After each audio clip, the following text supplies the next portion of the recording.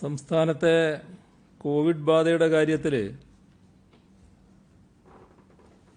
ഇന്നലെ പറഞ്ഞതിൽ കുറച്ചുകൂടി വ്യത്യാസം വരികയാണ്.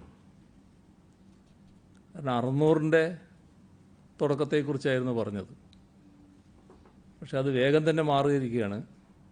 മാറൽ വർധനവാണെന്ന് മാത്രം. 600-ൽ നിന്ന് 700-നപ്പുറത്തേക്ക് പോകുന്ന നിലയായി. ഇന്ന് 722 പേർക്കാണ് കോവിഡ് സ്ഥിരീകരിച്ചത്. മാത്രമല്ല, ഇതേവരെ സംസ്ഥാനത്ത് രോഗം സ്ഥിരീകരിച്ചവരുടെ എണ്ണം 10,000 കവിഞ്ഞിരിക്കുന്നു. ഇത് 10,275 ഇന്ന് രോഗം ബാധിച്ചവരിൽ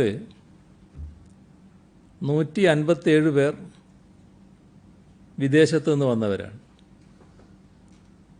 മറ്റ് സംസ്ഥാനങ്ങളിൽ നിന്ന് 62 പേർ. സമ്പർക്കം വഴി 481. അതിൽ ഉറവിടമറിയാത്തത് 34. ആരോഗ്യ പ്രവർത്തകർ 12. BSF 5. ITBP 3. 2 മരണം ഇന്നുണ്ടായി. തൃശ്ശൂർ ജില്ലയിലെ തമ്പുരാൻപടി സ്വദേശി അനീഷ് 39 വയസ്സാണ്. കണ്ണൂർ ജില്ലയിൽ പുളിയനേമ്പ്രം സ്വദേശി 25 വയസ്സുള്ള മുഹമ്മദ് സലീഹ്.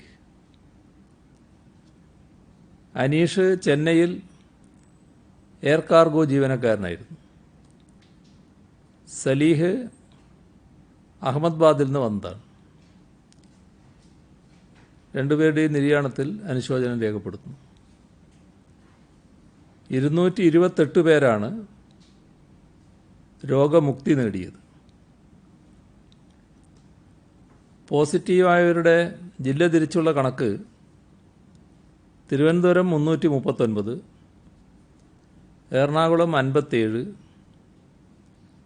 കൊല്ലം 42, മലപ്പുറം 42, പത്തനംതിട്ട 39, കോഴിക്കോട് 33, തൃശ്ശൂർ 42, പത്തനംതിട്ട 39, കോഴിക്കോട് 33, തൃശ്ശൂർ 32, ഇടുക്കി 26, പാലക്കാട് 25, കണ്ണൂർ 23, ആലപ്പുഴ 20, കാസർഗോഡ് 18, വയനാട് 13, കോട്ടയം 13. ഇതിൽ 722-ൽ 339 തിരുവനന്തപുരത്താണെന്നർത്ഥം. നെഗറ്റീവായവരുടെ ജില്ല തിരിച്ചുള്ള കണക്ക്: തിരുവനന്തപുരം 1, കൊല്ലം 17, പത്തനംതിട്ട 18, ആലപ്പുഴ 13, കോട്ടയം 7, ഇടുക്കി 6, എറണാകുളം 7, തൃശ്ശൂർ 8, പാലക്കാട് 72, മലപ്പുറം 37, കോഴിക്കോട് 10, വയനാട് 1, കണ്ണൂർ 8, കാസർഗോഡ് 23. കഴിഞ്ഞ 24 മണിക്കൂറിനകം 16,052 സാമ്പിളുകൾ പരിശോധിച്ചു. 1,83,900 പേരാണ് നിരീക്ഷണത്തിലുള്ളത്. 5,432 പേർ ആശുപത്രികളിലുണ്ട്. 804 പേരെയാണ് ഇന്ന് ആശുപത്രിയിൽ പ്രവേശിപ്പിച്ചത്. ഇപ്പോൾ ചികിത്സയിലുള്ളവർ 5372. ഇതുവരെ ആകെ 2,68,128 സാമ്പിളുകളാണ് പരിശോധനയ്ക്കായി അയച്ചത്. ഇതിൽ 7,797 സാമ്പിളുകളുടെ പരിശോധനാ ഫലം വരാനുണ്ട്. ഇതുകൂടാതെ സെന്റിനൽ സർവൈലൻസിൻ്റെ ഭാഗമായി മുൻഗണനാ ഗ്രൂപ്പുകളിൽ നിന്ന് 85,767 സാമ്പിളുകൾ ശേഖരിച്ചു. അതിൽ 81,543 സാമ്പിളുകൾ നെഗറ്റീവാണ്. സംസ്ഥാനത്തെ ഹോട്ട്സ്പോട്ടുകളുടെ എണ്ണം 271. ഇപ്പോൾ സംസ്ഥാനത്ത് 10 ലാർജ് കമ്മ്യൂണിറ്റി ക്ലസ്റ്ററുകളാണുള്ളത്. ആകെ 84 ക്ലസ്റ്ററുകളുണ്ട്. ഇവിടെ ഒരു പ്രത്യേകത, ശ്രദ്ധയിൽപ്പെടാതെ രോഗവ്യാപനം നടക്കുന്ന ഇടങ്ങളും സംസ്ഥാനത്തുണ്ടാകാൻ സാധ്യതയുണ്ട്. അതുകൊണ്ട് എല്ലാ പ്രദേശത്തെയും ആളുകൾ അതത് പ്രദേശങ്ങളിൽ രോഗികളെ കണ്ടെത്തിയിട്ടുണ്ടെങ്കിലും ഇല്ലെങ്കിലും സമൂഹത്തിൽ രോഗികളുണ്ട് എന്ന് വിചാരിച്ച് തന്നെ പ്രതിരോധ പ്രവർത്തനം നടത്തണം. ആവർത്തിച്ചുറപ്പിക്കേണ്ടത് ശാരീരിക അകലം അത് നിർബന്ധമായി പാലിച്ചിരിക്കണം. കൈകഴുകൽ, മാസ്ക് ധരിക്കൽ, ഇത്തരത്തിലുള്ള ബ്രേക്ക് ദ ചെയിൻ ജീവിത രീതികൾ ശരിയായ രീതിയിൽ പിന്തുടരണം. രോഗികളാകുന്നവരെയും അവരുടെ കുടുംബാംഗങ്ങളെയും സാമൂഹ്യമായി അകറ്റി നിർത്താതിരിക്കുന്നതിനും എല്ലാവരും ശ്രദ്ധിക്കണം. അവർക്കാവശ്യമായ സഹായം നൽകണം. കമ്പോളങ്ങൾ, വ്യാപാര സ്ഥാപനങ്ങൾ, ആശുപത്രികൾ ഇവയെല്ലാം കേന്ദ്രീകരിച്ച് രോഗവ്യാപനം നടക്കുന്നുവെന്നാണ് തിരുവനന്തപുരത്തെ അനുഭവം നമ്മെ പഠിപ്പിക്കുന്നത്. പൊതുജനങ്ങൾ കൂട്ടത്തോടെ എത്തുന്നത് ഒഴിവാക്കണം. ആളുകൾ എത്തുന്ന സ്ഥലങ്ങളിൽ സാനിറ്റൈസറുകൾ ലഭ്യമാക്കണം. സമൂഹത്തിൽ രോഗം പടർന്നു പിടിക്കാതിരിക്കുന്നതിനും അവശരായവരെ സംരക്ഷിക്കുന്നതിനും എല്ലാവരും മുൻഗണന കൊടുക്കണം. കോവിഡ് വ്യാപനത്തിൻ്റെ ഗുരുതരാവസ്ഥ മനസ്സിലാക്കി ബഹുജന, മഹിളാ, യുവജന, ശാസ്ത്ര സംഘടനകളെല്ലാം ബ്രേക്ക് ദ ചെയിൻ 3ാം ഘട്ട പ്രചരണ പരിപാടി വൻപിച്ച ജനകീയ പ്രസ്ഥാനമാക്കി വളർത്തി വിജയിപ്പിക്കുന്നതിന് മുന്നോട്ട് വരണം എന്നുകൂടി ഈ ഘട്ടത്തിൽ അഭ്യർത്ഥിക്കട്ടെ. ടെസ്റ്റുകളുടെ എണ്ണം പരമാവധി വർദ്ധിപ്പിക്കുകയാണ്. അതോടൊപ്പം അതിവേഗം റിസൾട്ട് ലഭ്യമാക്കാനുള്ള നടപടികളും ഉണ്ടാകും. അതിന് ആവശ്യമായ മനുഷ്യവിഭവശേഷി വർദ്ധിപ്പിക്കും. സ്വകാര്യ ലേബുകൾ പരമാവധി ഉപയോഗപ്പെടുത്തും. പരിശോധനാ കേന്ദ്രങ്ങൾ കൂടുതൽ തുടങ്ങുന്നതിന് അടിയന്തര പ്രാധാന്യവും നൽകും. എല്ലാ പഞ്ചായത്തുകളിലും ഫസ്റ്റ് ലൈൻ ട്രീറ്റ്മെൻറ്റ് സെൻ്ററുകൾ സ്ഥാപിക്കാനുള്ള പ്രവർത്തനം നടക്കുകയാണ്. 100 കിടക്കകളുള്ള സെൻ്ററാണ് ഓരോ പഞ്ചായത്തിലും ആരംഭിക്കുക. ഇതിൻ്റെ നടത്തിപ്പിനാവശ്യമായ ആരോഗ്യ പ്രവർത്തകരെയും കണ്ടെത്തുന്നതാണ്. ആരോഗ്യ പ്രവർത്തകരെ ആകെ അണിനിരത്തി പ്രതിരോധ പ്രവർത്തനം വിപുലപ്പെടുത്താനാണ് തീരുമാനിച്ചിട്ടുള്ളത്. ഏത് നിമിഷവും സേവനം ലഭ്യമാകുന്ന രീതിയിൽ ഒരു സേനയെപ്പോലെ പ്രവർത്തിക്കുന്ന സംവിധാനമാണ് ഉണ്ടാക്കുന്നത്. സർക്കാർ ആശുപത്രികളുമായി ബന്ധപ്പെട്ടവർ മാത്രമല്ല, സ്വകാര്യ ആശുപത്രികളിലും മറ്റ് ക്ലിനിക്കുകളിലുമൊക്കെ പ്രവർത്തിക്കുന്നവരും ആരോഗ്യമേഖലയിൽ നിയോഗിക്കാൻ കഴിയുന്ന വിദ്യാർത്ഥികൾ ഉൾപ്പെടെ എല്ലാവരും ഉൾക്കൊള്ളുന്നൊരു സംവിധാനം കൊണ്ട് മാത്രമാണ് നമുക്ക് മുന്നേറാൻ കഴിയുക. ഇത്തരത്തിലുള്ള എല്ലാ സംവിധാനങ്ങളെയും ഉപയോഗിക്കാൻ തന്നെയാണ് ഉദ്ദേശിക്കുന്നത്. സ്വകാര്യ ആശുപത്രികളെയും ക്ലിനിക്കുകളെയും നല്ല തോതിൽ ഇതുമായി സഹകരിപ്പിക്കും. അതിന് തദ്ദേശ സ്വയംഭരണ സ്ഥാപനങ്ങൾ മുൻകൈയെടുക്കും. തിരുവനന്തപുരം ജില്ലയിൽ സമ്പർക്കത്തിലൂടെ കോവിഡ് ബാധിക്കുന്നവരുടെ എണ്ണം വർദ്ധിക്കുന്ന സാഹചര്യമാണ് നിലവിലുള്ളത്. ഇന്ന് 301 പേർക്കാണ് രോഗബാധ. 5 ആരോഗ്യ പ്രവർത്തകർക്കും രോഗമുണ്ട്.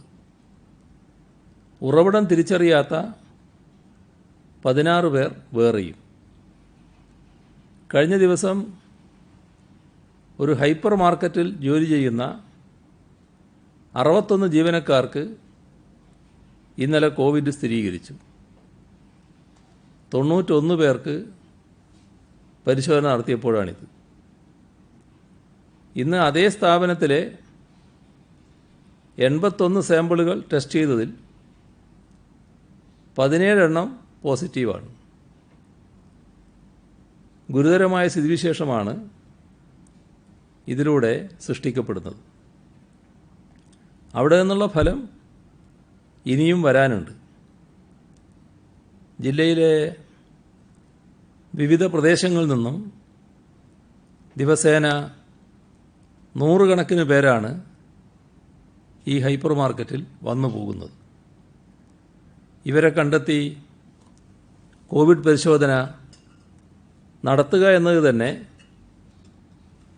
ഏറെ ബുദ്ധിമുട്ടേറിയ കാര്യമാണ്.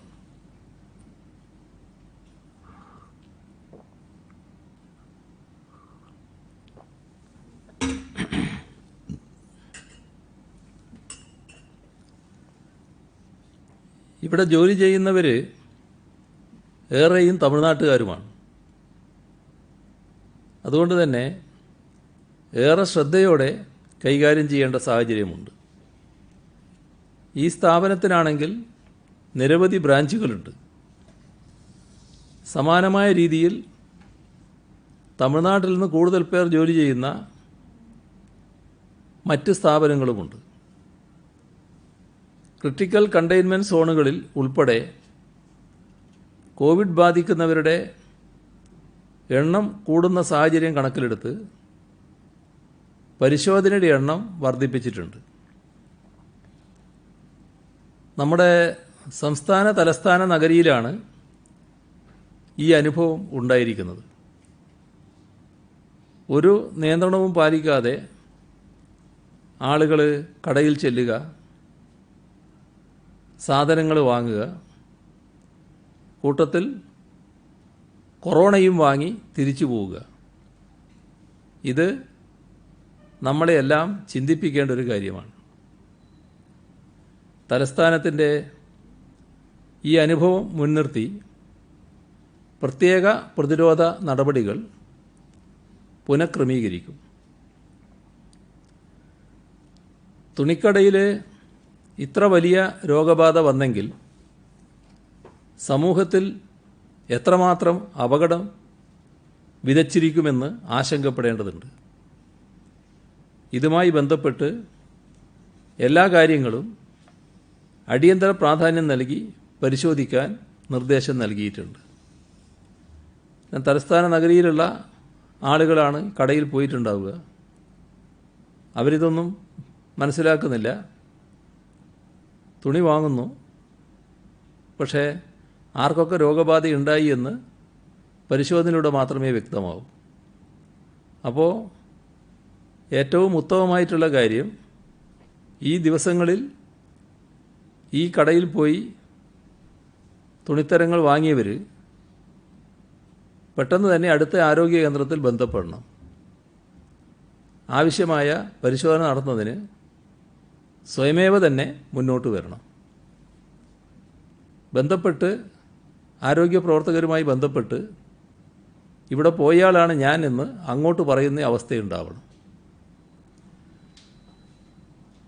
എറണാകുളത്ത് ഇന്ന് 57 പേർക്ക് രോഗം ബാധിച്ചു. അതിൽ പുറത്തു നിന്ന് വന്ന 6 പേർ മാത്രമാണുള്ളത്. സമ്പർക്കത്തിലൂടെ 47, ഹെൽത്ത് വർക്കർ 1, ഉറവിടമറിയാത്തവർ 47, ഉറവിടമറിയാത്തത് 3 പേരാണ് ഉറവിടമറിയാത്തത്. 47 സമ്പർക്കത്തിലൂടെയുള്ളതാണ്. ജില്ലയിൽ ഇന്നലെ 3 സ്ഥലങ്ങൾ കൂടി കണ്ടെയ്ൻമെൻറ്റ് സോണുകളായി. എല്ലാ പഞ്ചായത്തുകളിലും FLTCകൾ, ഫസ്റ്റ് ലൈൻ ട്രീറ്റ്മെൻറ്റ് സെൻ്ററുകൾ ആരംഭിക്കാൻ പഞ്ചായത്ത് സെക്രട്ടറിമാർക്കും പ്രസിഡന്റുമാർക്കും നിർദ്ദേശം നൽകിയിട്ടുണ്ട്. കോഴിക്കോട് കഴിഞ്ഞ 2 ദിവസങ്ങളിലാണ് ഏറ്റവും കൂടുതൽ കോവിഡ് കേസുകൾ റിപ്പോർട്ട് ചെയ്തത്. ജൂലൈ 15-ന് 64 പേർക്ക്, 14-ന് 58 പേർക്ക് രോഗം സ്ഥിരീകരിച്ചു. കോഴിക്കോട് സിവിൽ സ്റ്റേഷനിൽ സന്ദർശകരെ വിലക്കി. 5000 പേർക്ക് ചികിത്സ നൽകുന്നതിനുള്ള കേന്ദ്രങ്ങൾ പെട്ടെന്ന് തന്നെ പുതുതായി സജ്ജമാക്കും. ആലപ്പുഴ ജില്ലയിൽ തദ്ദേശ സ്വയംഭരണ സ്ഥാപന അടിസ്ഥാനത്തിൽ കോവിഡ് ഫസ്റ്റ് ലൈൻ ട്രീറ്റ്മെൻറ്റ് സെൻ്ററുകൾ ആരംഭിക്കുന്നതിന് സർക്കാർ നിർദ്ദേശത്തെ തുടർന്ന് തദ്ദേശ സ്ഥാപന അടിസ്ഥാനത്തിൽ ഓഡിറ്റോറിയങ്ങൾ, സ്കൂളുകൾ ഉൾപ്പെടെയുള്ള സംവിധാനങ്ങൾ കണ്ടെത്തി വേണ്ട സൗകര്യങ്ങൾ ഏർപ്പെടുത്തുന്നതിന് തദ്ദേശ സ്ഥാപന പ്രതിനിധികൾക്ക് നിർദ്ദേശങ്ങൾ നൽകിയിട്ടുണ്ട്. ITBP ക്യാമ്പിൽ കൂടുതൽ രോഗബാധിതർ സ്ഥിരീകരിച്ചതിനെ തുടർന്ന് 24 മണിക്കൂറും പ്രവർത്തിക്കുന്ന കൺട്രോൾ റൂം ITBP ക്യാമ്പിന് സമീപം സജ്ജീകരിച്ചിട്ടുണ്ട്. തൃശ്ശൂരിൽ സമ്പർക്ക വ്യാപനം കൂടുതലായി റിപ്പോർട്ട് ചെയ്ത കുന്നംകുളം നഗരസഭയിൽ 8 ഡിവിഷനുകൾ കൂടി കണ്ടെയ്ൻമെൻറ്റ് സോണായി പ്രഖ്യാപിച്ചു. മലപ്പുറം ജില്ലയിൽ രോഗവ്യാപന സാധ്യത കൂടുന്ന സാഹചര്യമാണുള്ളത്. പൊന്നാനി താലൂക്കിലാണ് ഏറ്റവും കൂടുതൽ രോഗബാധിതരുള്ളത്. പൊന്നാനി താലൂക്കിൽ സമ്പർക്കം മൂലം 130 പേർക്കാണ് ഇതുവരെ രോഗബാധ സ്ഥിരീകരിച്ചിട്ടുള്ളത്. പൊന്നാനി താലൂക്ക് പരിധിയിലെ നന്നംമുക്ക്, തവനൂർ ഗ്രാമപഞ്ചായത്ത് പരിധികളിൽ ഒഴികെയുള്ള പ്രദേശങ്ങളിൽ കർശന നിയന്ത്രണങ്ങൾ തുടരുകയാണ്. മത്സ്യത്തൊഴിലാളികൾ, സെയിൽസ്മാൻ, പെയിൻറ്റിംഗ് തൊഴിലാളി, നിർമ്മാണ തൊഴിലാളി, ambulance driver, ASHA worker, anganwadi teacher, ഇത്തരത്തിൽ വിവിധ മേഖലകളിൽ പ്രവർത്തിക്കുന്നവരിലും കോവിഡ് പോസിറ്റീവായി കണ്ടെത്തിയതിനെ തുടർന്നാണ് പൊന്നാനിയിലെ ബാക്കിയുള്ള പ്രദേശങ്ങളിൽ കർശന നിയന്ത്രണങ്ങൾ തുടരുന്നത്. നന്നംമുക്ക്, തവനൂർ പഞ്ചായത്തുകളിൽ കഴിഞ്ഞ ദിവസങ്ങളിൽ ആൻറ്റിജൻ ടെസ്റ്റ് നടത്തിയിരുന്നു. തവനൂരിൽ ഒരാൾക്കാണ് രോഗം കണ്ടത്. കാലിക്കറ്റ് സർവകലാശാല ക്യാമ്പസിൽ സംസ്ഥാനത്തെ ഏറ്റവും കൂടുതൽ സൗകര്യങ്ങളുള്ള Covid first line treatment centre പ്രവർത്തന സജ്ജമായി. 1200-ലധികം കിടക്കകളുള്ള ഫസ്റ്റ് ലൈൻ ട്രീറ്റ്മെൻറ്റ് സെൻറ്റർ സർവകലാശാല വനിതാ ഹോസ്റ്റലിലാണ് ഒരുക്കിയിട്ടുള്ളത്. കൊല്ലത്ത് സമ്പർക്കം വഴി രോഗവ്യാപനം തടയാൻ 61 ഇടങ്ങളിലെ ചന്തകളും മത്സ്യവിപണന കേന്ദ്രങ്ങളും പൂർണ്ണമായും അടച്ചു. പ്രത്യേക നിരീക്ഷണം ആവശ്യമായി കണ്ടെത്തിയ 4 പഞ്ചായത്തുകളിൽ കൂടി കണ്ടെയ്ൻമെൻറ്റ് സോണുകളായി. അഞ്ചൽ, എരൂർ, ചടയമംഗലം എന്നിവിടങ്ങളിൽ മത്സ്യക്കച്ചവടക്കാരെ കേന്ദ്രീകരിച്ച് ക്ലസ്റ്ററുകൾ രൂപപ്പെടുന്നതായി കണ്ടെത്തിയിട്ടുണ്ട്. പരവൂർ നഗരസഭയിൽ ജാഗ്രത വർദ്ധിപ്പിച്ചു. കണ്ടെയ്ൻമെൻറ്റ് സോണുകളിൽ ഡ്രോൺ ഉപയോഗിച്ച് പോലീസ് നിരീക്ഷണം നടത്തി വരുന്നുണ്ട്. കാസർഗോഡ് ജില്ലയിൽ ഇന്നലെ മാത്രം സമ്പർക്കം വഴി 55 പേർക്കാണ് രോഗം സ്ഥിരീകരിച്ചത്.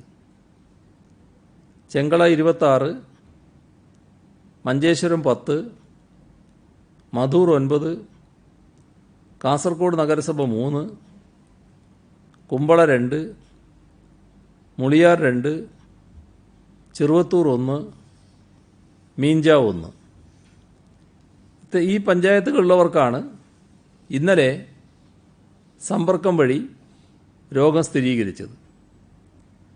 ഇന്ന് ആകെ രോഗം സ്ഥിരീകരിച്ചത് 18 പേരാണ്. അവരിൽ 8 പേർക്ക് സമ്പർക്കം വഴിയാണ്.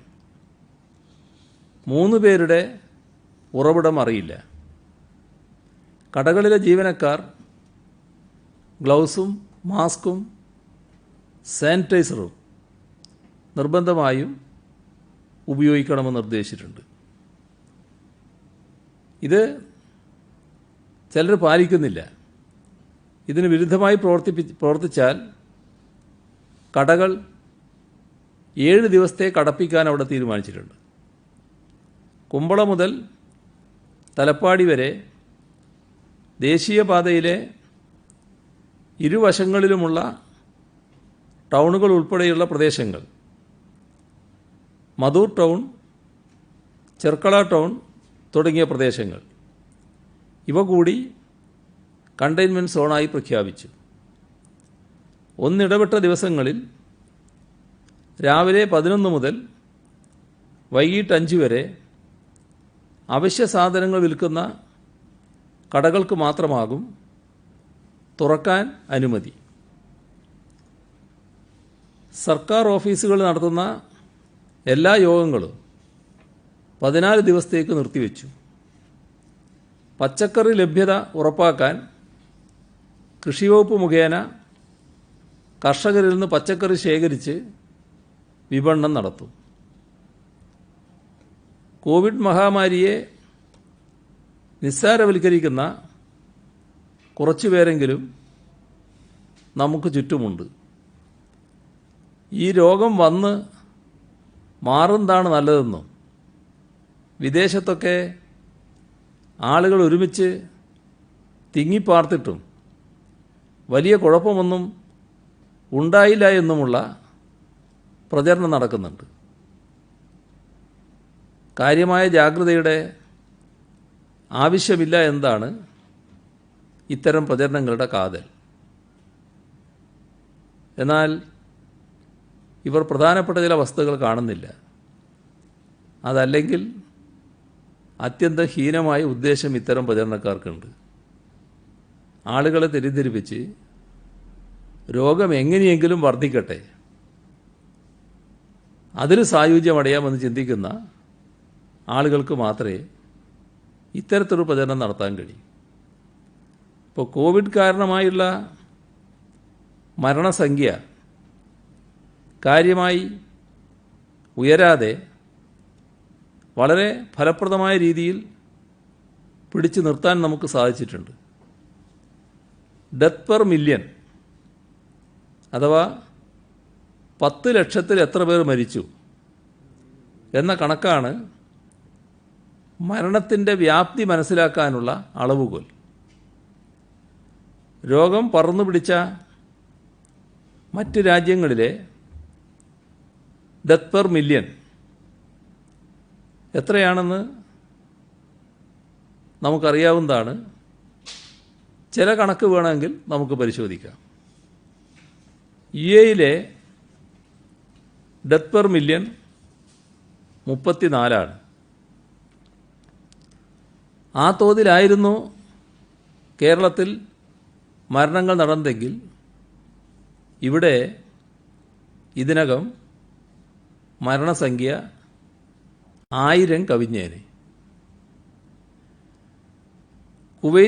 കുവൈറ്റിലേതിന് സമാനമായി 93 ഇവിടുത്തെ ഡെത്ത് പെർ മില്യൺ എങ്കിൽ കേരളത്തിലെ മരണസംഖ്യ 3000-ലധികമാകും.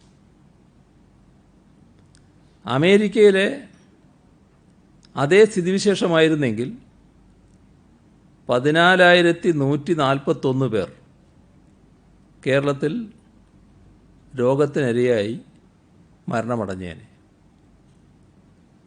സ്വീഡനുമായി താരതമ്യപ്പെടുത്തിയാൽ അത് 18,426 ആകും. നമ്മുടെ സമൂഹത്തിൻ്റെ അശ്രാന്ത പരിശ്രമത്തിൻ്റെയും ജാഗ്രതയുടെയും ഫലമായി കേരളത്തിലെ ഡെത്ത് പെർ മില്യൺ 1 കൂടാതെ ഇതുവരെ പിടിച്ചു നിർത്താൻ കഴിഞ്ഞു. അതായത് ജനസംഖ്യയുടെ 10 ലക്ഷം എടുത്താൽ 1 താഴെയാണ് ഇവിടുത്തെ മരണസംഖ്യ.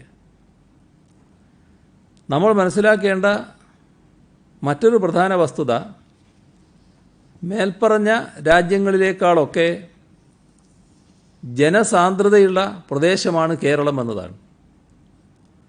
ഇന്ത്യയുടെ ശരാശരി ജനസാന്ദ്രതയുടെ ഇരട്ടിയിലധികമാണ് കേരളത്തിൻ്റേത്.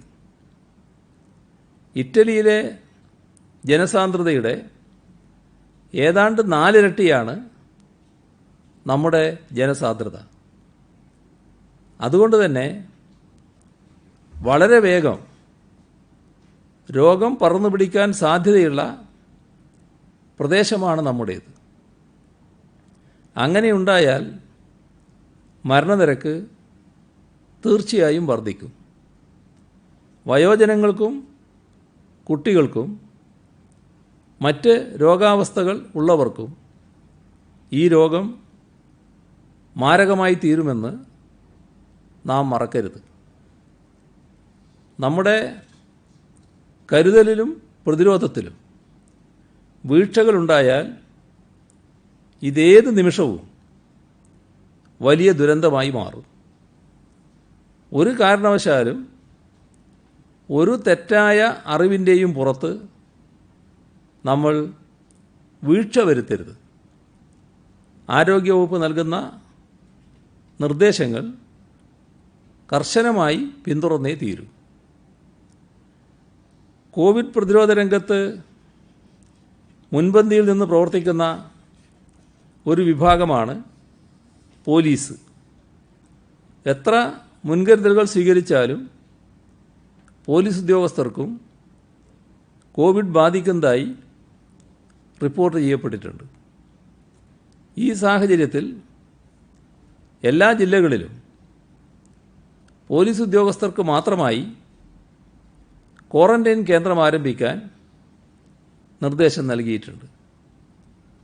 ഭക്ഷണം ഉൾപ്പെടെയുള്ള സൗകര്യങ്ങൾ ഈ കേന്ദ്രങ്ങളിൽ ലഭ്യമാക്കും.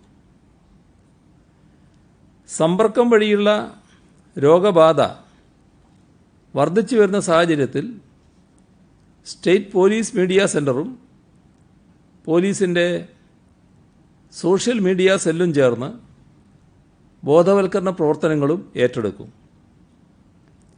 സംസ്ഥാനത്തെ 75 പോലീസ് സ്റ്റേഷനുകൾ ഇന്നലെ മുതൽ ശിശു സൗഹൃദമായി. മാനസിക സമ്മർദ്ദം അനുഭവിക്കുന്ന കുട്ടികൾക്കായി പ്രഖ്യാപിച്ച ചിരി എന്ന പദ്ധതി നടപ്പിലാക്കാൻ ആരംഭിച്ചു.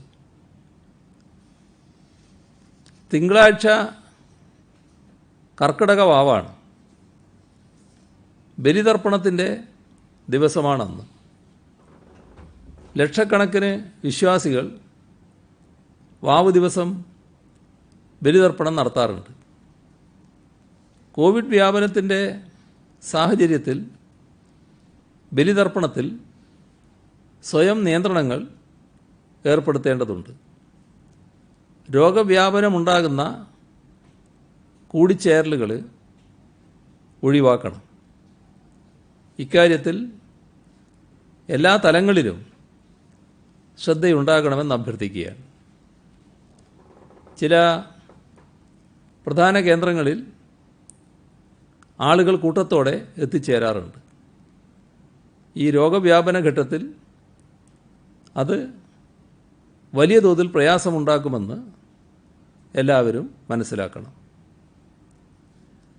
കോവിഡ് രോഗം രൂക്ഷമായി ബാധിച്ച ശേഷം സുഖം പ്രാപിച്ചവരിൽ ചിലർക്ക് പാർശ്വഫലങ്ങളുണ്ട് എന്ന് റിപ്പോർട്ടുകളുണ്ട്. അത് സംബന്ധിച്ച് വിശദമായ പഠനം നടത്തും. മാസ്ക് ധരിക്കാത്ത 5199 സംഭവങ്ങൾ സംസ്ഥാനത്ത് ഇന്ന് റിപ്പോർട്ട് ചെയ്തിട്ടുണ്ട്. ക്വാറന്റൈൻ ലംഘിച്ച 10 പേർക്കെതിരെ ഇന്ന് കേസ് രജിസ്റ്റർ ചെയ്തു.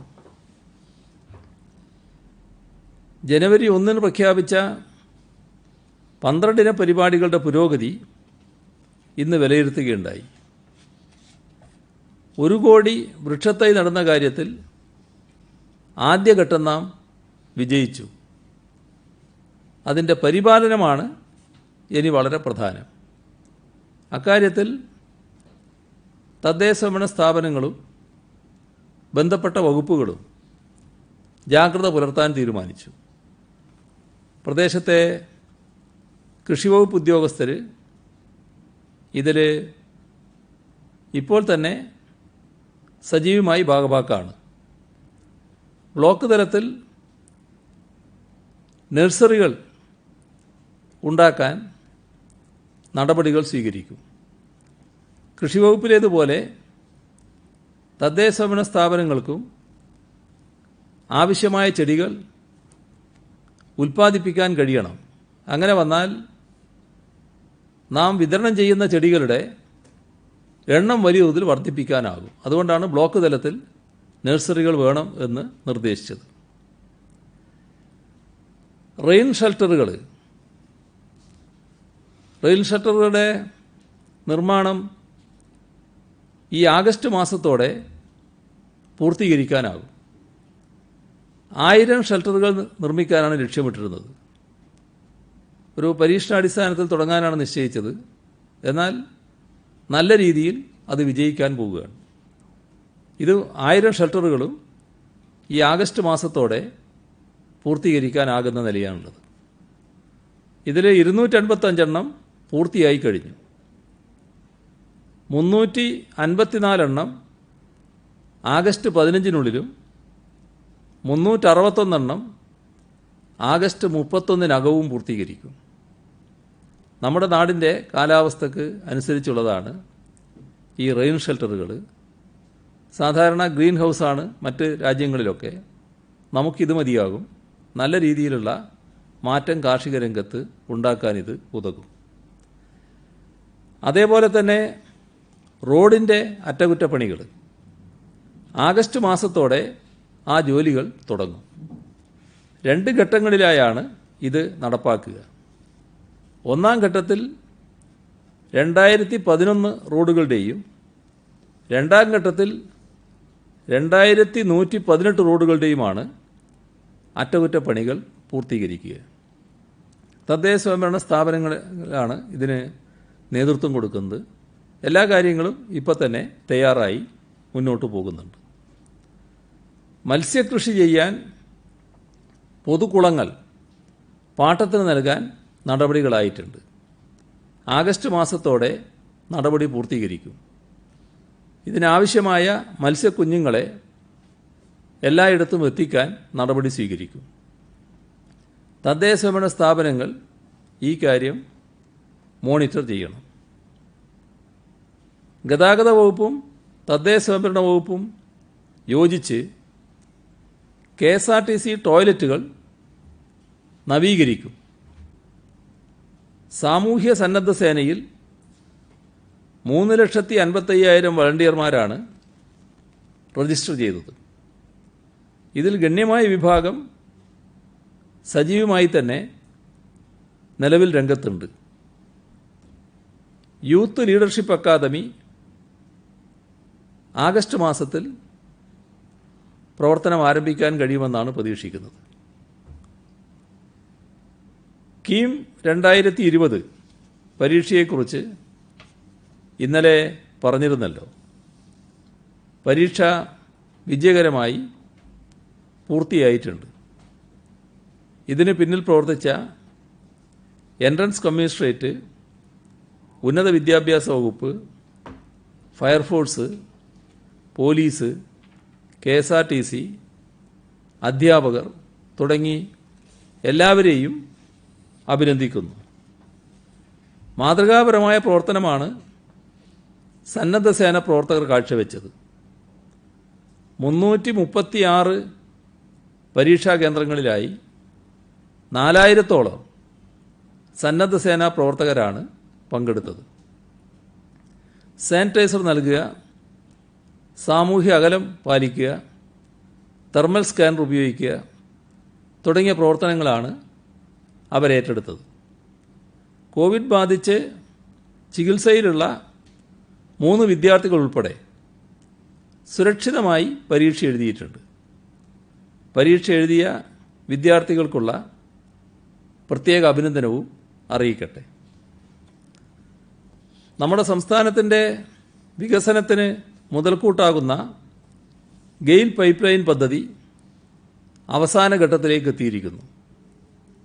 2 ആഴ്ചക്കുള്ളിൽ എല്ലാ സുരക്ഷാ മാനദണ്ഡങ്ങളും പൂർത്തീകരിച്ച് കൊച്ചിയിൽ നിന്നും മംഗലാപുരത്തേക്ക് ഗെയിൽ പൈപ്പിലൂടെ ഗ്യാസ് എത്തിക്കാൻ സാധിക്കും. കൊച്ചി മംഗലാപുരം ലൈനിൽ ചന്ദ്രഗിരി പുഴയ്ക്ക് കുറുകെ പൈപ്പ് വലിക്കാൻ ആവശ്യമായ ജോലികളായിരുന്നു ബാക്കിയുണ്ടായിരുന്നത്. പൈപ്പ് ഇടുന്നതിനാവശ്യമായ രീതിയിൽ അടിയിലൂടെ 1,500 മീറ്റർ തുളച്ചു കഴിഞ്ഞിരിക്കുന്നു. അവശേഷിക്കുന്ന പ്രവൃത്തി ഉടനടി പൂർത്തിയാക്കാൻ സാധിക്കുമെന്നാണ് കരുതുന്നത്. പുറമേരി കടത്തനാട് രാജാസ് ഹയർ സെക്കൻഡറി സ്കൂളിലെ പൂർവ്വ വിദ്യാർത്ഥികളും സന്നദ്ധ സംഘടനകളും ചേർന്ന് ഓൺലൈൻ പഠനത്തിന് പ്രയാസം നേരിടുന്ന സ്കൂളിലെ 50 കുട്ടികൾക്ക് TV, 150 കുട്ടികൾക്ക് പഠനോപകരണങ്ങൾ കൈമാറി. 40 TV പൂർവ്വ വിദ്യാർത്ഥികളും 10 TV സന്നദ്ധ സംഘടനകളുമാണ് നൽകിയത്. ദുരിതാശ്വാസ നിധിയിലേക്കുള്ള സംഭാവന AIYF അമ്പലപ്പുഴ മണ്ഡലം കമ്മിറ്റി 1,500,000 രൂപ, AISF കുന്നത്തൂർ മണ്ഡലം കമ്മിറ്റി 30,000 രൂപ, വയലാർ രാമവർമ്മ സ്മാരക വായനശാല SL പുരം 10,000 രൂപ. ഇത്രയും വിവരങ്ങളാണ് ഇന്ന് നിങ്ങൾക്ക് നൽകാനുള്ളത്. CM തിരുവനന്തപുരത്ത് രാമചന്ദ്ര ഹൈപ്പർ മാർക്കറ്റാണ് അങ്ങ് പറഞ്ഞത്. ആ പേര് പലരും പുറത്തു പറയുന്നില്ല. അതുകൊണ്ട് തന്നെയാണ് ജനങ്ങൾക്ക് ഇതറിയാനുള്ളൊരു അവകാശമുണ്ട്. മാത്രമല്ല, ഇത് നേരത്തെ തന്നെ വളരെ നാളുകളായിട്ട് ഈ കോവിഡിന്റെ ആദ്യഘട്ടത്തിൽ പോലും ഇവിടെ ഇതേ പ്രശ്നം ഉണ്ടായിരുന്നു. നിരവധി ആളുകളെ തമിഴ്നാട്ടിൽ രഹസ്യമായി കൊണ്ടുവന്ന് താമസിപ്പിക്കുന്നു. അവിടെ നാട്ടുകാർ, റെസിഡൻസ് അസോസിയേഷൻ, പ്രാദേശിക രാഷ്ട്രീയ പാർട്ടി പ്രവർത്തകരൊക്കെ പരാതിയുമായി പലതവണ ഞങ്ങളുടെ ഓഫീസുകൾ വന്നിട്ടുണ്ട്. ഞങ്ങളെല്ലാം വാർത്തയും ചെയ്തിട്ടുണ്ട്. പക്ഷേ അതിനുശേഷവും ഇവിടെ ഒരു ശ്രദ്ധ വയ്ക്കാൻ നമ്മുടെ നഗരസഭയ്ക്കോ ആരോഗ്യ സംവിധാനങ്ങൾക്കോ കഴിഞ്ഞില്ല. ഈ പരാതികൾക്ക് ശേഷം തുടർച്ചയായി അവിടെ ആളുകൾ വന്നു പോകുന്നു. അവർ സൂപ്പർ മാർക്കറ്റും ഹൈപ്പർ മാർക്കറ്റും, അതൊരു ഹൈപ്പർ മാർക്കറ്റ് മാത്രമല്ല, ഈസ്റ്റ് ഫോർട്ട് എന്ന സ്ഥലത്ത് അവർക്ക് ഒരു തെരുവ് മുഴുവൻ അവരുടേതാണ്. ഇത്തരം ഇനിയും നിരവധി കടകൾ ഇതുപോലെ തുറന്നു പ്രവർത്തിക്കുന്നു. ആരും ചോദ്യം ചെയ്യാനാവാത്ത ഒരു അവസ്ഥ അവിടെ നിലവിലുണ്ട് മാസങ്ങളായി. ഇത് ഈ ഉണ്ടായ അനുഭവത്തിൽ ഗൗരവമായി പരിശോധിക്കണമെന്നാണ് കണ്ടിട്ടുള്ളത്. അത് ഗൗരവമായി തന്നെ പരിശോധിക്കും. ഈ സമ്പർക്കത്തിലൂടെ രോഗബാധ ഇങ്ങനെ വർദ്ധിക്കുമ്പോൾ ഈ കണ്ടെയ്ൻമെന്റ് സോൺ കേന്ദ്രീകരിച്ചുള്ള നിയന്ത്രണങ്ങൾ മാത്രം മതിയാവും. കാരണം ഉറവിടം അറിയാത്ത രോഗികളുടെ എണ്ണം വർദ്ധിക്കുന്നുണ്ട്. ഈ രോഗം കൊടുത്ത ആൾക്കാർ എങ്ങോട്ടാ പോയെന്ന് അറിയാൻ കഴിയില്ലല്ലോ. അതിന് കണ്ടെയ്ൻമെന്റ് സോണിന് മാത്രം നിയന്ത്രണം മതിയോ? അതുപോലെ തന്നെ ഈ സമ്പർക്കത്തിലൂടെ രോഗബാധയുടെ എണ്ണം CM പറയുമ്പോൾ ആ എണ്ണം പറഞ്ഞിട്ട് പിന്നീട് ആരോഗ്യ പ്രവർത്തകരുടെയും സൈനികരുടെയും പറയാറുണ്ട്. ഇതും സമ്പർക്ക പട്ടികയിൽ വരുന്നത്, എല്ലാം ഒരുമിച്ച് സമ്പർക്ക പട്ടികയിൽ വരുന്നതല്ലേ? അത് ഈ സമ്പർക്ക ക്ലസ്റ്ററുടെ കാര്യത്തിൽ ഒരു ഓരോ പ്രദേശമായിട്ടാണ് ഈ രോഗവ്യാപനം നടക്കുന്നത്. ഇപ്പോൾ പറഞ്ഞ പ്രദേശങ്ങളെടുത്താൽ അവിടെയാണല്ലോ ഏറ്റവും കൂടുതൽ രോഗവ്യാപനം ഉള്ളത്. ഇപ്പോൾ തിരുവനന്തപുരം നഗരത്തിൽ ഈ പറഞ്ഞ മാർക്കറ്റിൻ്റെ സ്ഥലവും അത് സംഭാവന ചെയ്തിട്ടുള്ളതും വേറെ പ്രത്യേകമായൊരു വിഷയമാണ്. എന്നാൽ അതിന് മുൻപുണ്ടായ സ്ഥലം നമുക്കറിയാലോ. പൂന്തറയും അതിന് തൊട്ട് കിടക്കുന്ന പ്രദേശങ്ങളും കൂടി ഉൾക്കൊള്ളുന്ന ആ പ്രദേശം അത് കുറേ കൂടി വ്യാപകമായിരിക്കുന്നു. ഇന്നത്തെ കണക്കിലും കുറേ വ്യാപകമായിരിക്കുന്നു. അതൊരു പ്രത്യേക അന്തരീക്ഷത്തിലേക്ക് തന്നെ എത്തിയിരിക്കുകയാണ്. ആ അന്തരീക്ഷം സാധാരണഗതിയിൽ ഈ സമൂഹ വ്യാപനം എന്നൊക്കെ പറയുന്ന അതിൻ്റെ അടുത്ത് എത്തി നിൽക്കുന്ന ഒരു അവസ്ഥ തന്നെയാണ്. ആ നില തന്നെയാണ് ഉണ്ടായിട്ടുള്ളത്. അതിലേക്ക് എത്തുകയാണ് അവിടെ. അങ്ങനെയുള്ള ഒരു സാഹചര്യം വരുമ്പോൾ അവിടെ നമ്മൾ പൂർണ്ണമായിട്ട് നിയന്ത്രണം കൊണ്ടുവരികയാണ്. അതിന് പുറത്ത് നിയന്ത്രണം അത്രത്തോളം ആവശ്യമില്ല ഇന്നത്തെ അനുഭവത്തിൽ. കാരണം എല്ലാം നിയന്ത്രിച്ചുകൊണ്ട് മുഴുവനായിട്ട് ലോക്ക്ഡൗൺ ചെയ്ത് പോകാൻ സാധാരണഗതിയിൽ കഴിയില്ല. അതിൻ്റെ ആവശ്യം വരുന്നില്ല. ആവശ്യമുണ്ടെങ്കിൽ നമുക്കത് ചെയ്യാം. ഇല്ലെങ്കിൽ ഓരോ ക്ലസ്റ്ററായി എടുത്തുകൊണ്ട് അവിടെ നിയന്ത്രിക്കുക എന്നുള്ളതാണ് ഇപ്പോൾ സ്വീകരിച്ച നില. അതിന് ഫലമുണ്ടാകുന്നുണ്ട്. ഇപ്പോൾ ചില ക്ലസ്റ്ററുകളിൽ നല്ല രീതിയിൽ സംഗതികൾ നിയന്ത്രിക്കാൻ നമുക്ക് കഴിഞ്ഞിട്ടുണ്ട്. എന്നാൽ എല്ലാവരും ഇതുമായി സഹകരിക്കണം. പ്രത്യേകിച്ച് ആളുകൾ തിങ്ങിപ്പാർക്കുകയാണ്. അവിടങ്ങളിൽ നല്ല നിലക്ക് രോഗവ്യാപന സാധ്യതയുണ്ട്. ഇന്നലെ പറഞ്ഞതുപോലെ ഈ ആരോഗ്യമുള്ളവരുടെ ഒരു ധാരണ പെട്ടെന്ന് തങ്ങൾക്കൊന്നും ബാധിക്കില്ല എന്നാണ്. അങ്ങനെ ചിന്തിക്കരുത്. രോഗം ആരെയും ബാധിക്കുന്ന ഒന്നാണ്. ആരോഗ്യമുള്ളവർക്ക് അതിന് പ്രതിരോധശേഷി കൂടുതലുണ്ടാകുമെന്ന് മാത്രം. പക്ഷേ രോഗവ്യാപനത്തെ അതുകൊണ്ട് മാത്രം തടുത്തു നിർത്താനാവില്ല. എല്ലാവരും ജാഗ്രത പാലിച്ചു പോവുകയാണ് വേണ്ടത്. ഇത് തന്നെയാണ് ഇപ്പോൾ പൊതുവെ സ്വീകരിച്ചിട്ടുള്ള നില. അത് പൂർണ്ണമായി വിജയിപ്പിക്കണമെന്ന് തന്നെയാണ് കാണുന്നത്. ആദ്യഘട്ടത്തിൽ ചികിത്സയിലിരിക്കെ മരിച്ചവരെല്ലാം മറ്റ് അസുഖങ്ങളുള്ളവരോ പ്രായം കൂടുതലുള്ളവരായിരുന്നു. ഈ കഴിഞ്ഞ ദിവസങ്ങളിൽ പ്രത്യേകിച്ച് ഇന്ന് 34 വയസ്സും 25 വയസ്സുള്ളവരൊക്കെയാണ് മരിച്ചു ചെയ്യുന്നത്. ഇതിൽ വൈറസിന്റെ പ്രത്യേകതകൾ കൊണ്ടാണോ, മാറ്റം സംഭവിച്ചതുകൊണ്ടാണോ, അതോ ചികിത്സയിൽ വരുന്ന മാറ്റമാണോ, എന്താണെന്ന് അത് വിശദീകരിക്കാം. ഇത് പൂർണ്ണമായിട്ട് ഒരു മാറ്റമാണോ എന്ന് പറയാൻ കഴിയില്ല. പക്ഷെ അത് കൂടുതൽ വിശദമായി പഠിക്കേണ്ടതായിട്ടുണ്ട്. കാരണം നിരീക്ഷണത്തിൽ കഴിഞ്ഞവരാണിവർ. 14 ദിവസം നിരീക്ഷണത്തിൽ കഴിഞ്ഞു. ആ നിരീക്ഷണത്തിൽ കഴിഞ്ഞതിന് ശേഷമാണ് ഈ ചില ലക്ഷണങ്ങൾ ഇവർക്ക് കാണുന്നത്. അപ്പോൾ അങ്ങനെ കണ്ടപ്പോൾ ചിലർ അതിൻ്റെ ഗൗരവത്തിൽ നടപടികളെടുക്കാൻ തയ്യാറാകുന്നില്ല. ഒരാൾ മറ്റ് ചികിത്സക്ക് പോയില്ല, വേറെ ഏതൊരു ചികിത്സക്ക് പോയി. പല ചികിത്സ നമ്മുടെ നാട്ടിലുണ്ടല്ലോ. പക്ഷേ ഇതിന് നമ്മൾ കാണേണ്ടത് ഇന്നത്തെ നിലയിൽ വേറെ ചികിത്സ ഫലപ്രദമായി കണ്ടെത്തിയിട്ടില്ല. അപ്പോൾ നല്ല രീതിയിൽ അലോപ്പതി ചികിത്സയിലേക്ക് തന്നെ പോവുകയാണ് വേണ്ടത് ഇന്നത്തെ നിലയിൽ. ഇങ്ങനെയൊരു അവസ്ഥ വരുമ്പോൾ അത് നമ്മളെല്ലാവരും കാണേണ്ടതായിട്ടുണ്ട്. നമ്മളാരും മറ്റ് ശാഖകൾക്ക് എതിരായിട്ടുള്ളവരല്ല. പക്ഷേ പെട്ടെന്ന് ജീവൻ രക്ഷിക്കാൻ അലോപ്പതിയെ ആശ്രയിക്കുന്നത് തന്നെയാണ് നന്നാവുക. മറ്റു മാർഗങ്ങൾ വിശദമായി മനസ്സിലാക്കുന്നതിനും മറ്റും അതാണ്, ഇവരെ എന്തെല്ലാം ബാധിച്ചിട്ടുണ്ട് എന്ന് മനസ്സിലാക്കുന്നതിനും മറ്റും അതാണ് ഉപകരിക്കുക. പ്രതിരോധ നടപടികൾ സ്വീകരിക്കുന്നതിനും അതാണ് ഉപകരിക്കുക. പക്ഷേ ആ വഴിക്ക് പോകാതെ മറ്റ് ചികിത്സാ രീതികൾ സ്വീകരിച്ചു ഒരു ചെറുപ്പക്കാരൻ ആ രീതിയിൽ മരണമടയുന്ന ദൗർഭാഗ്യകരമായ അവസ്ഥയുണ്ടായി. മറ്റൊരാൾ വേറെ ചികിത്സക്കൊന്നും പോയില്ല. പക്ഷേ അദ്ദേഹവും ഇതിൻ്റെ ഭാഗമായിട്ട് തന്നെ മരണമടയുന്ന സ്ഥിതിയുണ്ടായി. ഇത് സാധാരണഗതിയിൽ 14 ദിവസമൊക്കെ കഴിഞ്ഞാൽ സംഭവിക്കാൻ പാടില്ലാത്തതാണ്. അപ്പോൾ എന്തുകൊണ്ടാണ് അങ്ങനെ സംഭവിക്കുന്നത് എന്നത് പരിശോധിക്കാനും വിലയിരുത്താനും നമ്മുടെ വിദഗ്ധ സമിതിയോട് പറഞ്ഞിട്ടുണ്ട്. ആ വിലയിരുത്തൽ നടത്തിയതിന് ശേഷം എങ്ങനെയെന്നുള്ളത് നമുക്ക് നോക്കാം. കഴിഞ്ഞ കുറച്ച് ദിവസമായിട്ട് നമ്മുടെ മൊത്തം കണക്കിന്റെ ഭൂരിപക്ഷവും തിരുവനന്തപുരം ജില്ലയിൽ നിന്നാണ് റിപ്പോർട്ട് ചെയ്യുന്നത്. ഇന്നിപ്പോൾ ഏകദേശം പകുതിയോളം പേര് തിരുവനന്തപുരത്താണ്. അപ്പോൾ അതിൽ തന്നെ ബഹുഭൂരിപക്ഷവും സമ്പർക്ക വ്യാപനവുമാണ്. ഈ തിരുവനന്തപുരത്ത് നമ്മൾ നിലവിൽ കണ്ടെയ്ൻമെന്റ് സോണായി പ്രഖ്യാപിച്ച മേഖലകളിൽ തന്നെയാണോ ഈ കേസുകൾ റിപ്പോർട്ട് ചെയ്യുന്നത്, അതോ അതിന് പുറത്തേക്ക് മറ്റ് ഗ്രാമീണ മേഖലകളിലേക്കോ അല്ലെങ്കിൽ നഗരത്തിന്റെ മറ്റു മേഖലകളിലേക്കോ എന്തെങ്കിലും ആശങ്കയുടെ സിറ്റുവേഷൻ നിലനിൽക്കുന്നുണ്ടോ? അങ്ങനെയില്ല.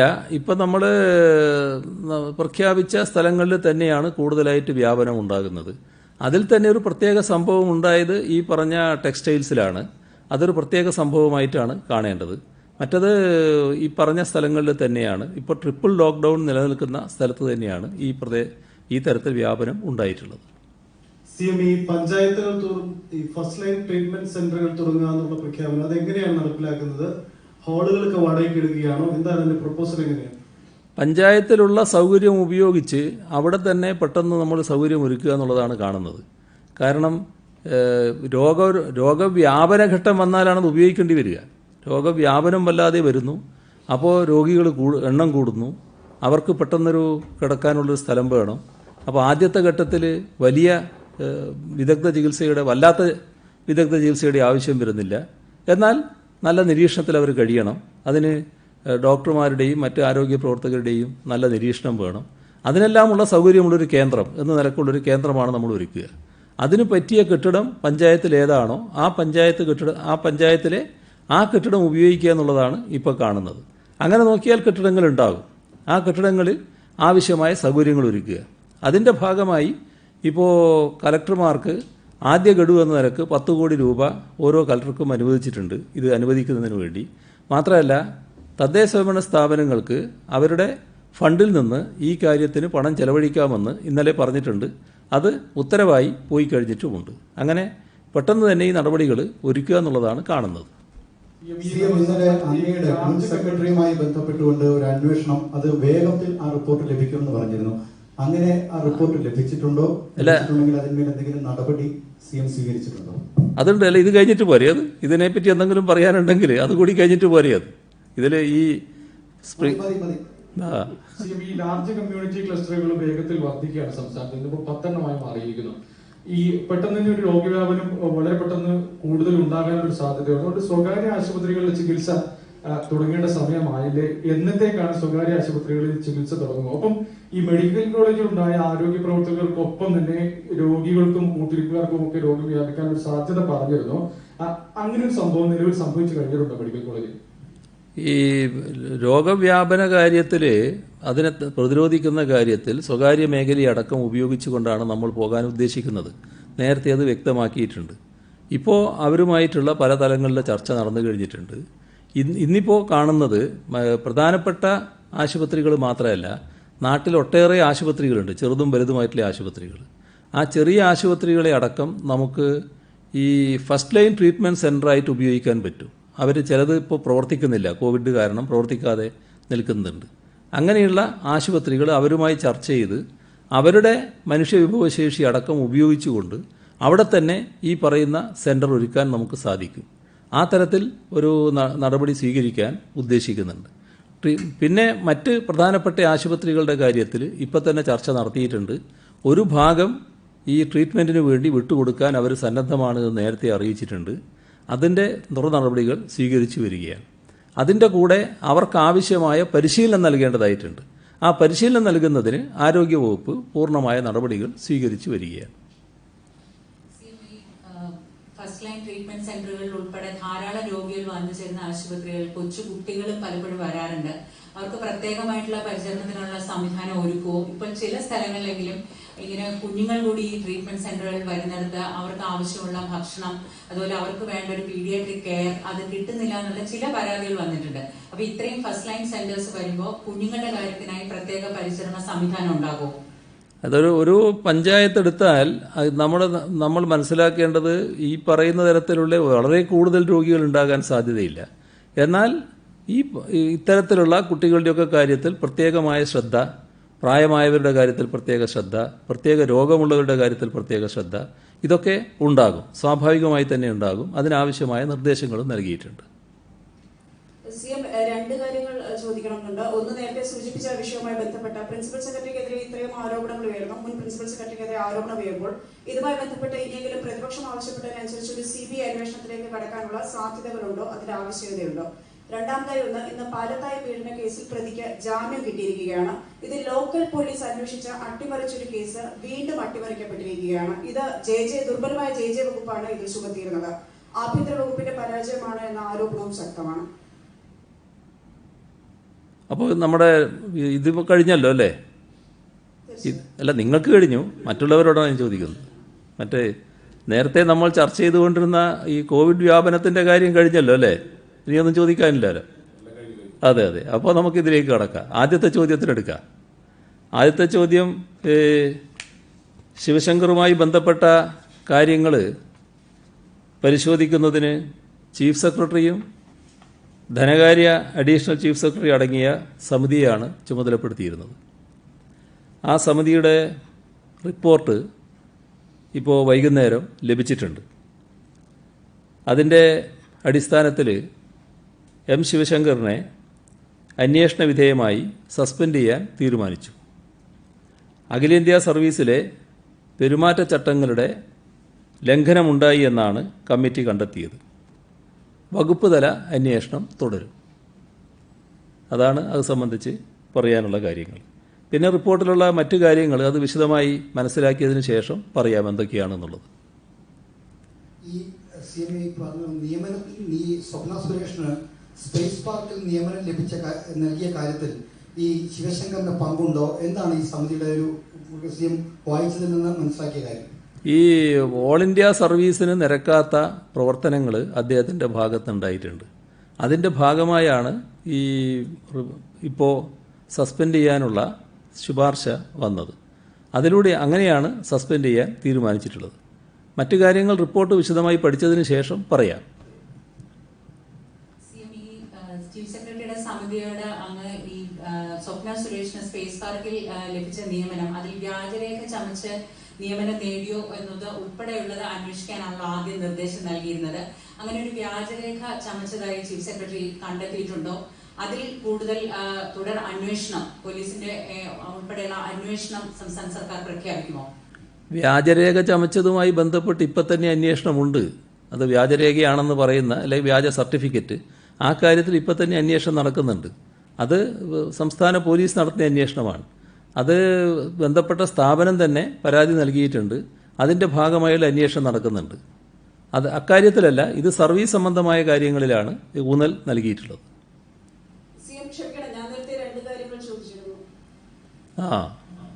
ഒന്ന് ചോദിക്കാം. ഇപ്പം CBI അന്വേഷണവുമായി ബന്ധപ്പെട്ട ആരോപണം ഉയരുന്നത് സംസ്ഥാന പോലീസ് തന്നെ അന്വേഷണ ഈ വിഷയത്തിൽ ഒരു കൃത്യമായ അന്വേഷണം ഉണ്ടാകുമോ എന്ന സംശയം നിലനിൽക്കുന്നു. ഇതില് അല്ല, ഒന്ന് പറയട്ടെ. ഇതിൽ കാണേണ്ടത്, ഇതിൽ അന്വേഷിക്കുന്നത് ഏറ്റവും പ്രധാനപ്പെട്ട കാര്യം സ്വർണ്ണക്കള്ളക്കടത്തുമായി ബന്ധപ്പെട്ടതാണ്. ആ കള്ളക്കടത്തുമായി ബന്ധപ്പെട്ട കാര്യങ്ങൾ അന്വേഷിക്കുമ്പോൾ തന്നെ കേന്ദ്ര ഗവൺമെന്റിന് തോന്നുന്നു അത് തീവ്രവാദ പ്രോത്സാഹനത്തിന് വേണ്ടി ഉപയോഗിച്ചിട്ടുണ്ടോ എന്നതും. ഇത് രണ്ടും ഇപ്പോൾ അന്വേഷിച്ചുകൊണ്ടിരിക്കുന്നുണ്ട്. അത് രണ്ടും അന്വേഷിക്കുന്നത് കേന്ദ്ര ഏജൻസി തന്നെയാണ്. അപ്പോൾ കേന്ദ്ര ഏജൻസി അന്വേഷിക്കുന്ന കാര്യത്തിൽ സംസ്ഥാന പോലീസിനൊന്നും ചെയ്യാനില്ല. സംസ്ഥാന പോലീസല്ല അതുമായി ബന്ധപ്പെട്ട് അന്വേഷിക്കേണ്ടത്. സംസ്ഥാന പോലീസ് ഇപ്പോൾ അന്വേഷിക്കുന്നത് ഈ പറയുന്ന ഒരു സ്ഥാപനത്തിൽ ജോലിക്ക് ചേരുമ്പോൾ സർട്ടിഫിക്കറ്റ് ഹാജരാക്കി ആ സർട്ടിഫിക്കറ്റ് വ്യാജമാണ് എന്ന് പിന്നീട് ആരോപണം വന്നിട്ടുണ്ട്. അത് പരാതിയായി വന്നു. ആ പരാതിയെക്കുറിച്ചാണ് സംസ്ഥാന പോലീസ് അന്വേഷിക്കുന്നത്. ആ അന്വേഷണം കൃത്യമായി സംസ്ഥാന പോലീസ് നടത്തും. അത് അന്വേഷിക്കുന്നതിന് CBIയുടെ ആവശ്യമൊന്നുമില്ല. മറ്റത് കേന്ദ്രമാണ് തീരുമാനിക്കേണ്ടത് ഏത് ഏജൻസി അന്വേഷിക്കണമെന്ന്. അവർ ഫലപ്രദമായി NIA അടക്കം തീരുമാനിച്ചുകൊണ്ട് അന്വേഷണം തുടരുകയാണ്. CM ഒരു കാര്യം, ഇപ്പോ ഇതോടൊപ്പം തന്നെ വിവാദമായ ഒരാളാണ് അരുൺ ബാലേന്ദ്രൻ എന്ന് പറയുന്നത്. CMന്റെ IT ഫെലോ എന്നാണ് അദ്ദേഹം ഐഡന്റിറ്റി കാർഡ് ഉപയോഗിച്ച് പോകുന്നത്. അദ്ദേഹത്തെ ഇപ്പം ആ സ്ഥാനത്ത് നിന്ന് മാറ്റിയെന്നും ഒക്കെ പറയുന്നുണ്ട്. അദ്ദേഹത്തെ നിയമിച്ചത് CM അറിഞ്ഞിട്ടാണോ, അദ്ദേഹത്തെ അറിയാമോ, ഇദ്ദേഹത്തിനെ മാറ്റിയത് ആരാണ്? സർക്കാർ ഉത്തരവോടുകൂടിയാണോ മാറ്റിയത്? ഒന്ന് വിശദീകരിക്കാമോ? ഇത്തരം കാര്യങ്ങളിലൊക്കെ അന്വേഷണങ്ങൾ നടക്കുകയല്ലേ. ആ അന്വേഷണത്തിന്റെ ഭാഗമായി കാര്യങ്ങൾ വരട്ടെ. ആർക്കൊക്കെ എന്തൊക്കെ ഉത്തരവാദിത്വമുണ്ട്, പങ്കുണ്ട്, അത് മുഴുവൻ പുറത്തു വന്നോട്ടെ. നമ്മളെന്തിനാണ് ധൃതി കൂട്ടുന്നത്? വരട്ടെ കാര്യങ്ങൾ പുറത്ത്. അദ്ദേഹത്തിന് ഇങ്ങനെ CMന്റെ IT ഫെലോ എന്ന് പറയുന്ന ഒരു പോസ്റ്റ് നിയമിച്ചത് CM അറിഞ്ഞിട്ടാണോ? ഏതായാലും ഇപ്പോൾ IT ഫെലോ ഇല്ലാലോ. IT ഫെലോ എല്ലാവരും ഇപ്പോൾ അത് നിലവിലില്ലാലോ. പക്ഷെ അവിടെ 4 വർഷം ആ ഒരു പോസ്റ്റിൽ ഇങ്ങനെ ഒരുപാട് ഇവിടെ നടന്ന പ്രധാനപ്പെട്ട പരിപാടികളൊക്കെ മുഖ്യ സംഘാടകരായിട്ട് നടന്നു. 4 വർഷം ഉണ്ടാകണമെങ്കിൽ ഈ ഗവൺമെന്റ് വരുന്നതിന് മുമ്പ് തന്നെ അയാൾ തുടങ്ങണം. നമ്മുടെ IT രംഗത്ത് ഇത്തരം കാര്യങ്ങൾ വരുന്നത് തന്നെ ചില വർഷങ്ങൾ പിന്നിട്ടതിന് ശേഷമാണ്. ചില നിർദ്ദേശങ്ങളുടെ ഭാഗമായി IT വികസനത്തിൻ്റെ കാര്യമായി ചില നിർദ്ദേശങ്ങൾ വന്നപ്പോൾ സ്വീകരിച്ച നടപടികളായിരുന്നു. അന്നൊന്നും IT ഫെലോ ഇല്ല. അതിന് ശേഷമാണ് ഈ കാര്യങ്ങളൊക്കെ വരുന്നത്. ഇപ്പോൾ അദ്ദേഹം അഡ്വൈസറി കമ്മിറ്റി ആയിട്ടിരിക്കുകയാണ്, അംഗമായിട്ടിരിക്കുകയാണ്. ആ കമ്മിറ്റിയിൽ ഈ ഷിബുലാലിനെ പോലെയും ഒക്കെ ഉള്ള പ്രമുഖരായിട്ടുള്ള ആളുകളെ കൂടാണ് ഇദ്ദേഹം ഈ തട്ടിപ്പുകാരനായിട്ടുള്ള ആളും ഇരിക്കുന്നത് എന്നുള്ളത് താങ്കളുടെ ശ്രദ്ധയിൽപ്പെട്ടിട്ടുണ്ടോ? അല്ലേ, അതുമായി ബന്ധപ്പെട്ട് പൂർണ്ണമായ വിവരങ്ങൾ പുറത്തു വരട്ടെ. പുറത്തു വരുന്ന മുറക്ക് നമുക്ക് ഓരോ നടപടിയും സ്വീകരിക്കാമല്ലോ. ഇപ്പോൾ അദ്ദേഹത്തിന് മറ്റ് സ്ഥാനങ്ങളൊന്നും നിലവിലില്ല. പാലത്തായി കേസ് 2 വട്ടം ചോദിച്ചിരുന്നു. സിഎമ്മിന്റെ പ്രതികരണം. പാലത്തായി കേസിന്റെ അന്വേഷണം നടന്നിട്ടുണ്ട്. അതുമായി ബന്ധപ്പെട്ട് കേസ് ചാർജ് ഷീറ്റ് ചെയ്തിട്ടുണ്ട്. ചാർജ് ഷീറ്റ് കഴിഞ്ഞപ്പോൾ അതുമായി ബന്ധപ്പെട്ട് കോടതി ഇപ്പോൾ നടപടികൾ സ്വീകരിച്ചു വരികയാണ്. അതാണ് ഉള്ള സംഭവം. അതിനെക്കുറിച്ച് എനിക്കൊന്നും പറയാൻ കഴിയില്ല. അത്തരത്തിൽ നിരവധി പ്രൊഫഷണൽസ് എന്ന പേരിൽ പല ആളുകളും IT ഉൾപ്പെടെ പല വകുപ്പുകളിലുമുണ്ട്. സർക്കാരിന് പുറത്തുള്ള, സർക്കാർ ജീവനക്കാരല്ല, പുറത്തുള്ള നിയമനങ്ങളാണ്. അത് ചിലരുടെ താല്പര്യപ്രകാരം കൊണ്ടുവച്ചതാണെന്ന ആരോപണമാണ് ഇപ്പോൾ തെളിയിക്കപ്പെടുന്നത്. അതുകൊണ്ട് ഇത്തരത്തിൽ നിയമനങ്ങൾ മൊത്തത്തിൽ സംസ്ഥാന സർക്കാരിന്റെ വിസിറ്റിംഗ് കാർഡ് അടക്കം ഇദ്ദേഹം ഉപയോഗിച്ചിരുന്നു, അരുൺ ബാലേന്ദ്രൻ. അത്തരം ആളുകൾ പ്രൊഫഷണൽസ് എന്ന പേരിൽ സർക്കാരിനൊപ്പം കൂടിയിട്ടുള്ള ആളുകളുടെ മൊത്തത്തിലുള്ള ഒരു യാഥാർത്ഥ്യം, അവർ യഥാർത്ഥത്തിൽ പ്രൊഫഷണൽസ് ആണോ അല്ലെങ്കിൽ ഇത്തരം തട്ടിപ്പുകാരാണോ എന്ന് പരിശോധിക്കാൻ നടപടി ഉണ്ടാകും. തീർച്ചയായും IT മേഖലയിലെ ഈ ഒരു നിയമനം സംബന്ധിച്ച് അന്വേഷിക്കാനാണല്ലോ ഇവരെ ചുമതലപ്പെടുത്തിയിരുന്നത്. അവരാ ചുമതല നിർവഹിച്ചപ്പോൾ ഒരു കാര്യവും കൂടി പറഞ്ഞിട്ടുണ്ട്. ഞാനിപ്പോൾ ഓർക്കുകയാണ് ആ റിപ്പോർട്ടിലുള്ള കാര്യം. അതായത് പറഞ്ഞതെല്ലാം നോക്കി വിശദമായിട്ട് പറയുക എന്നുള്ളത്. അതിൽ പറഞ്ഞ കാര്യം, ഒന്ന്, ഇതുമായി ബന്ധപ്പെട്ട് IT മേഖലയിലുള്ള വിവിധ സ്ഥാപനങ്ങളിലെ നിയമനങ്ങൾ ക്രമത്തിലാണോ എന്ന കാര്യം പരിശോധിക്കേണ്ടതുണ്ട് എന്നാണ്. ആ പരിശോധനയ്ക്കുള്ള സംവിധാനം ഒരുക്കുന്നുണ്ട്. അത് ഇതിന്റെ ഭാഗമായിട്ട് തന്നെ ഉണ്ടാകും. അത് പ്രത്യേകമായിട്ട് തന്നെ അന്വേഷിക്കും. CM ഈ അരുൺ ബാലചന്ദ്രന്റെ നിയമനത്തിൽ CM ഈ കാര്യം CM-നെ അറിയിച്ചുകൊണ്ടാണോ ഇതുപോലെ IT സെക്രട്ടറിയുടെ ഭാഗത്ത് നിന്ന് ഇത്തരം നിയമനങ്ങൾ നടത്തുമ്പോഴും അതുപോലെ തന്നെ കോൺട്രാക്റ്റിൽ ആളുകളെ നിയമിക്കുമ്പോഴും മറ്റും വലിയ രീതിയിലുള്ള ഒരു ജാഗ്രത കുറവ് ഉണ്ടായതായിട്ട് സർക്കാരിന് വിലയിരുത്തലുണ്ടോ? IT ഫെലോസിനെ എടുത്തത് IT രംഗത്തുള്ള വിദഗ്ധർ കൂടി ചേർന്നുകൊണ്ടായിരുന്നു. അതിന്റെ കാര്യങ്ങൾ എന്താണെന്ന് ഇനി പരിശോധിച്ചേ പറയാൻ പറ്റൂ. അത് വിദഗ്ധർ എന്ന് പറയുമ്പോൾ നമ്മൾ കേൾക്കുന്ന പല വിദഗ്ധരും അതിനകത്തുണ്ട്. സാധാരണ രംഗത്ത് ഈ രംഗത്തുള്ള പ്രമുഖരായ വിദഗ്ധർ. അപ്പോൾ അതിന്റെ മറ്റു കാര്യങ്ങൾ പരിശോധിച്ചേ ഇനി നമ്മളതിന്റെ മറ്റു കാര്യങ്ങളിലേക്ക് കടക്കേണ്ടതായിട്ടുള്ളൂ. സംശയിക്കുന്ന ഒരു കേസ് കസ്റ്റംസ് അന്വേഷിച്ചുകൊണ്ടിരിക്കുകയാണ്, NIA. ആ കേസിൽ പ്രതികളെന്ന് സംശയിക്കപ്പെടുന്നവർ നൽകിയ മൊഴിയിൽ ആരോപണ വിധേയനായ അറ്റാഷെ UAE ഉദ്യോഗസ്ഥനാണ്. അദ്ദേഹം തിരുവനന്തപുരം എയർപോർട്ട് വഴി ഡൽഹിയിലെത്തുകയും ഡൽഹി എയർപോർട്ടിൽ നിന്ന് ദുബായിലേക്ക് പോവുകയും ചെയ്തു. ഇത് ഒരു വീഴ്ചയാണോ? അദ്ദേഹത്തിന് ഇവിടെ നിന്ന് നാട് കടത്തിയതാണോ? സാഹിബ് ഒളിച്ചു പോയതാണോ ഇത്? അല്ല, ഈ കാര്യത്തിൽ ഗൗരവമായ അന്വേഷണമാണ് നടന്നുകൊണ്ടിരിക്കുന്നത്. ഒരു വിട്ടുവീഴ്ചയും അതിനകത്ത് ഉണ്ടാകുമെന്ന് ഞാൻ പ്രതീക്ഷിക്കുന്നില്ല. കേന്ദ്ര ഗവൺമെൻറ്റാണ് അന്വേഷിക്കുന്നത്. അപ്പോൾ കേന്ദ്ര ഗവൺമെൻറ്റിൻ്റെ ഏജൻസികൾ അന്വേഷിക്കുന്ന ഒരു കാര്യം, അതിൻ്റെ കാര്യത്തിൽ ഏതെങ്കിലും തരത്തിലുള്ളൊരു ദൗർബല്യം സംഭവിച്ചുവെന്ന് ഇപ്പോൾ ഞാൻ കാണുന്നില്ല. മറ്റു കാര്യങ്ങളെല്ലാം മനസ്സിലാക്കിയതിന് ശേഷം നമുക്ക് പിന്നീട് കടക്കാം. ഇപ്പോൾ നമ്മുടെ സമയമായി, ബാക്കി പിന്നെ ആവാം.